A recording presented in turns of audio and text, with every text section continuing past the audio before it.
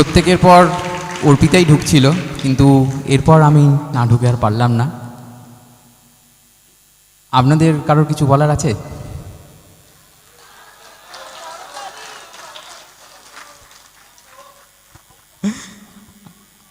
আর কিছু আমি বলতে চাই না। ও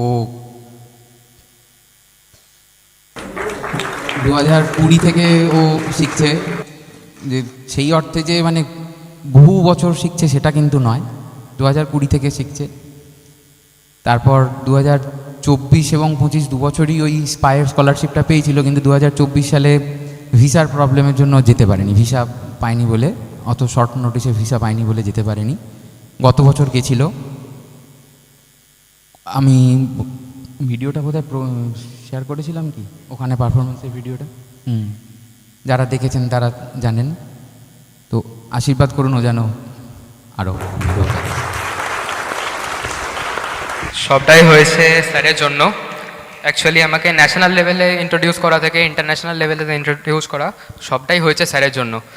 তো আমি প্রথম আমার ন্যাশনাল দিয়েছিলাম, কলকাতা হারমোনিক অ্যাসোসিয়েশন থেকে ওটা ছিল করা।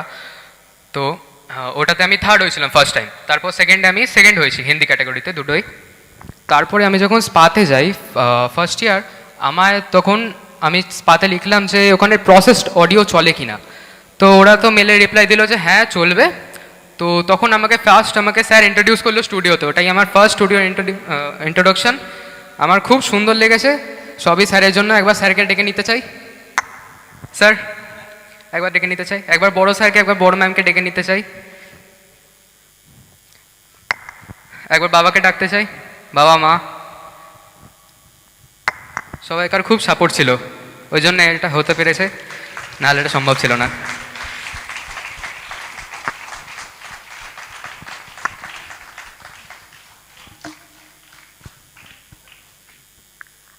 প্রকৃত শিক্ষায় যে ও শিক্ষিত, ওর এই আচরণটাই তা প্রমাণ করে। শুধুমাত্র হারমোনিকা নয়, ও মানুষ হিসেবেও অনেক বড় হবে।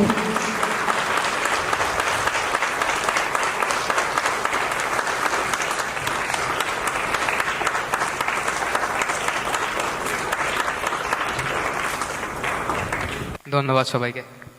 ওর বন্ধুরাও ওর সাপোর্টে উঠে দাঁড়িয়েছে।